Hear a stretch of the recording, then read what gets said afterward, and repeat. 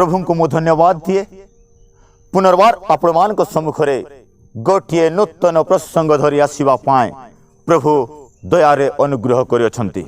आसंतु वाक्य आड़क जीवा पूर्वर आम्भे माने नतमस्तक हेबा आउ प्रार्थना करिबा।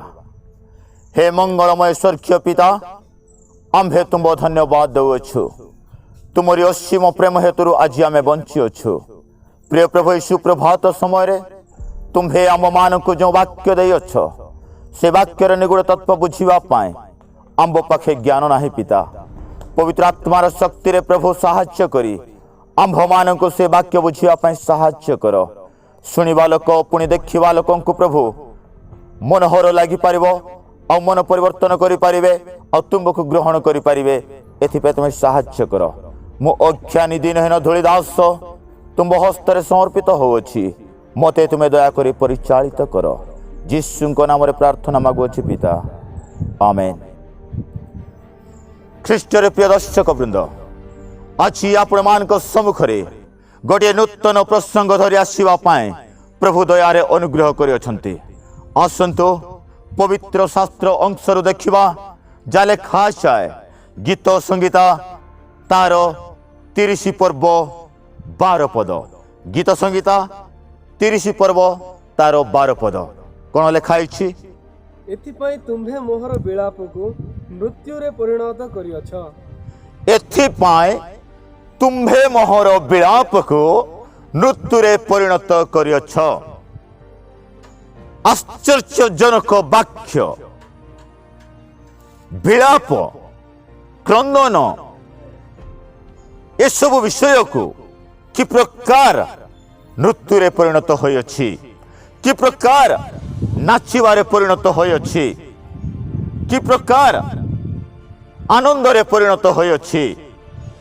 ख्रीष्टर प्रिय दर्शक वृंद मु आपन को कहवा इच्छा करुछि प्रभु पिता परमेश्वर अनुग्रहर दान रे असंभव को संभव हो पारे। ख्रीष्टर प्रिय दर्शक वृंद यही जगार आम मैंने देखुचु गोटे क्रंदन करवा लोक गोटे विलाप करवा लोक गोटे कांदीवा लोक से कि प्रकार नाची उठुछि।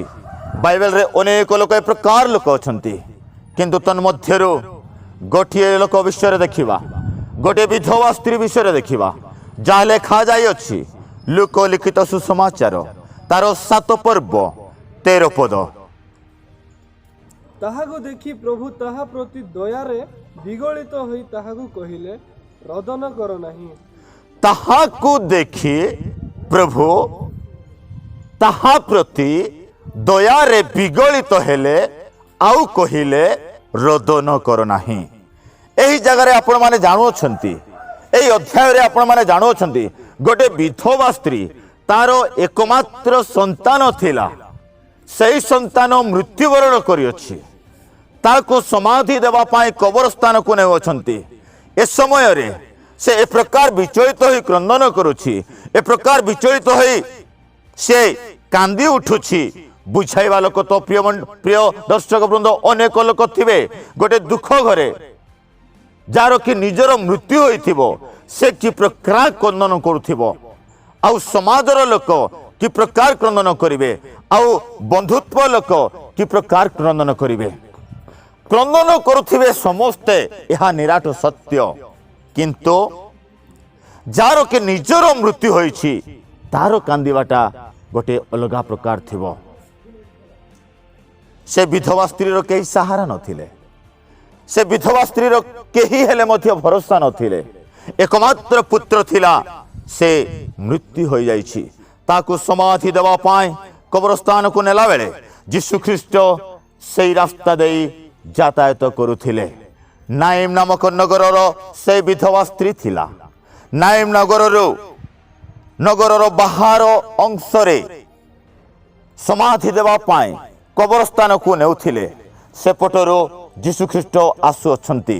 यीशु ख्रीष्ट पछरे अनेक शिष्यगण अनेक लोक माने अनेक किछि पाइबा आशारे वाक्य श्रवण करबा आशारे आउ किछि खाइबा आशारे अनेक प्रकार यीशु ख्रीष्ट पछरे लोक माने आसुथिले। देखिले यीशु ख्रीष्ट से रोड़ी छाड़ी चित्कार करे निजर छाती रे हाथ पिटी पिटी निजर कपाल रे हाथ पिटी पिटी से क्रंदन करुछि। टिके भावंतु कौन से कांदिबा बेले केही ताकू बुझाउ नथिले। मु भाबुछि अनेक लोक ताकू बुझाउथिबे किंतु लोकंकर बुझाइबारे से बुझी नथिले। लोकमानंकर कहिबारे से मानि नथिले। जीशु ख्रीष्टଙ୍କ आवाज रे जीशु ख्रीष्टଙ୍କ कथा रे जीशु ख्रीष्टଙ୍କ वाक्य रे जीशु ख्रीष्टଙ୍କ बाणी रे एते जे शक्ति एते जे ताकत थिला से कहिले रोदन कर नाय। तत्क्षणात से विधवा स्त्री कांदीबाटा बंद कर देइछि। आउ जीशु ख्रीष्ट आग को गले आर्थी को छुईले आउ कहिले हे बालक उठ। तत्क्षणात जीशु ख्रीष्ट से बालक को विधवा स्त्री हाथ रे देई देले। तो देखंतु वर्तमान से विधवा स्त्री कि प्रकार क्रंदन करुथिला कि प्रकार रोड़ी छाड़ी चित्कार करे क्रंदन करुथिला विलाप करुथिला। वर्तमान तार पुओ जदि बंची जाइछि ताकू आउ कांद बोली कहले कांदिबो से केबे कांदिबो नाही खुशी रे नाची उठिबो। तद्रूप आपणक जीवन रे ओ मो जीवन रे आपणक समस्या ओ मो समस्या आपणक विचलित मन ओ मो विचलित मन हेतुरु आम्भे माने क्रंदन करि थाओ। आमानक पुओ मरि नथिबो सत आमानक झियो मरि नथिबो सत किंतु जागतिक भावरे आम्भे माने क्रंदन करूअछु। प्रार्थना रे क्रंदन करूअछु। शारीरिक विषय रे क्रंदन करूअछु। पारिवारिक समस्या रे क्रंदन करूअछु। अनेक प्रकार क्रंदन आम्भे माने करूअछु। ए क्रंदन हेतुरु आमानक क्रंदन को देखि वास्तव रे प्रभु यीशु ख्रीष्टଙ୍କ मन रे जदि दया आसिला से आमान को कहिबे क्रंदन कर नाही अथवा रोदन कर नाही। तबे आछि आम्भमान को मन आमान को हृदय आमान को जीवन आमान को समस्त विषय प्रभु को हस्त रे समर्पण करिबा। फल रे आमान को दुख आमान को समस्या आमान को कष्ट आमान को क्रंदन सब प्रभु दूर करिदेबे। प्रभु ए जीवंत वाक्य देई आंब समस्त को दया रे आशीर्वाद करंतु। आमेन। नमस्कार।